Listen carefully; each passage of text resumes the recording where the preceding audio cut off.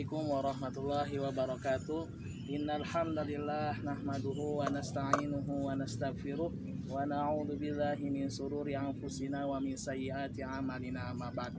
Qala Allah ta'ala fil Qur'anil Karim ba'da a'udzu billahi minasyaitonir rajim. Bismillahirrahmanirrahim. Alladzi khalaqal mauta wal hayata liyabluwakum ayyukum ahsanu amala wa huwal azizul ghafur. Wa qala Nabi sallallahu alaihi wasallam, kullu ummati yadkhulunal jannah illa man aba. Qila wa ma ya'ba ya Rasulullah? Man ata'ani dakhalal jannah wa man asani faqad aba. Atau kama qala Rasulullah sallallahu alaihi wasallam. Shadaqallahul adzim wa sadaqa rasulun karim wa nahnu aktsaru minal awwalina wasyakirina walhamdulillahi rabbil alamin. Alhamdulillah, sahabat-sahabat, rekan-rekan indahnya syiar dalam Islam, kembali lagi bersama saya Muhammad Nur Fatoni. Yang alhamdulillah insya Allah kita akan isi kajian kali ini dengan memperbanyak atau amalan bekal apa saja yang akan kita bawa ketika kita akan mati. Perlu kita ketahui, sahabat-sahabat indahnya syiar dalam Islam, sesungguhnya kehidupan manusia ini hanya sementara saja. Tidak jauh dan tidak panjang, umur kita 60-70 tahun saja. Akan tetapi dengan posisi umur kita yang 60-70 tahun ini akan menentukan kita mendapatkan surganya Allah Subhanahu wa taala atau nerakanya Allah Subhanahu wa taala. Sehingga 60-70 tahun ini kita akan mempersiapkan bekal apa saja yang kita ingin bawa menuju akhiratnya Allah Subhanahu wa taala. Pasti kalian sudah terpikir-pikir kalau kita akan mendapatkan kebahagiaan hanya bisa mendapatkan atau dengan cara taat kepada Allah Subhanahu wa taala. Itu yang paling inti. Dan orang yang selalu bermaksiat, orang yang selalu mendapatkan keburukan dalam hidupnya semasa hidupnya 60-70 tahun, maka dia akan sengsara selama-lamanya dan akan masuk nerakanya Allah Subhanahu wa taala. Na'udzubillahi min dzalik. Sahabat-sahabat indahnya syiar dalam Islam, apa saja sih bekal untuk bisa masuk surganya Allah Subhanahu wa taala? Dan pasti selain taat itu kita harus mempunyai iman yang sangat sempurna. Rasulullah sallallahu alaihi wasallam pernah bersabda kepada para sahabatnya, "Jadidu imanakum." Qila wa ma ya Rasulullah? Qila kaifa nujaddidu imanana? Kaifa nujaddidu imanana? Qala aksiru min qauli la ilaha illallah. Nah, inilah hadirin, sama-sama mengharap ridhonya Allah Subhanahu wa taala, harus perbanyak mengucapkan kalimat la ilaha illallah dalam setiap keadaan.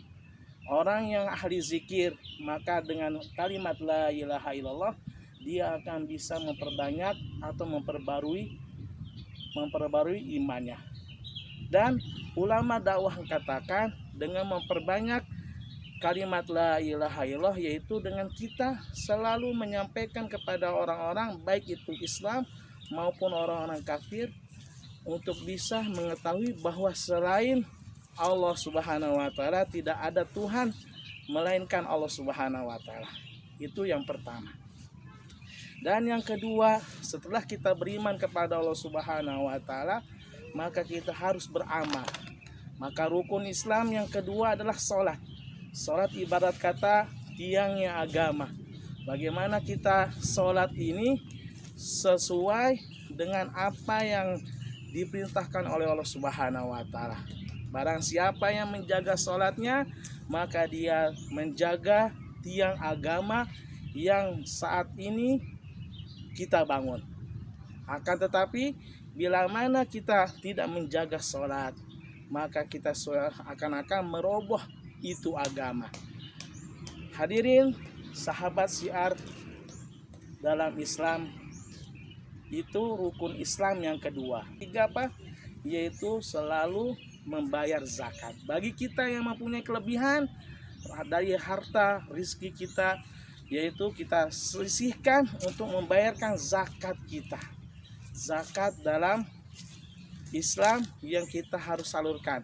Dan zakat ini akan membawa amal keberkahan, baik itu dalam rezeki kita, kehidupan kita, bahkan nanti akan kita bawa sampai akhir kiamat. Nah, itu iman dan amal. Dan semua itu didasari dengan ilmu. Man salaka thariqan yaltamisu fihi ilman, sahalallahu lahu thariqan ilal jannah. Barang siapa yang memudahkan langkah kakinya menuju majlis ilmu, maka Allah Subhanahu wa taala memudahkan dia untuk bisa masuk surganya Allah Subhanahu wa taala. Iman dan amal, bila tidak ada ilmu, maka dia akan sia-sia. Nah, hadirin, syiar dalam Islam perlu kita ketahui juga, nanti ketika kita sudah meninggal, sudah wafat, maka ada 3 kendaraan, ada 3 orang atau 3 kriteria yang mengikuti kepemakaman kita, yaitu harta, sanak keluarga, dan amal. Dan 2 akan meninggalkan, yaitu apa? Harta kita dan keluarga kita. Bahkan yang akan kita tinggalkan adalah amal kita. Maka sebaik apapun amal kita, maka akan mampu menemani kita sampai surganya Allah Subhanahu wa taala. Akan tetapi seburuk apapun amal kita, sejelek apapun amal kita, maka amal itu juga akan melindungi kita dalam alam kubur. Inilah yang harus kita ketahui dan kita harus siapkan dari sekarang. Alladzi khalaqal mauta wal hayata liyabluwakum ahsanu amala. Sebaik-baik amal yaitu apa? Amal yang kita buat untuk Allah Subhanahu wa taala. Sekian kali ini, semoga bermanfaat bagi kita dan semangat dalam menjalani hidup kita dengan amal bekal untuk di akhir kita. Wassalamualaikum warahmatullahi wabarakatuh.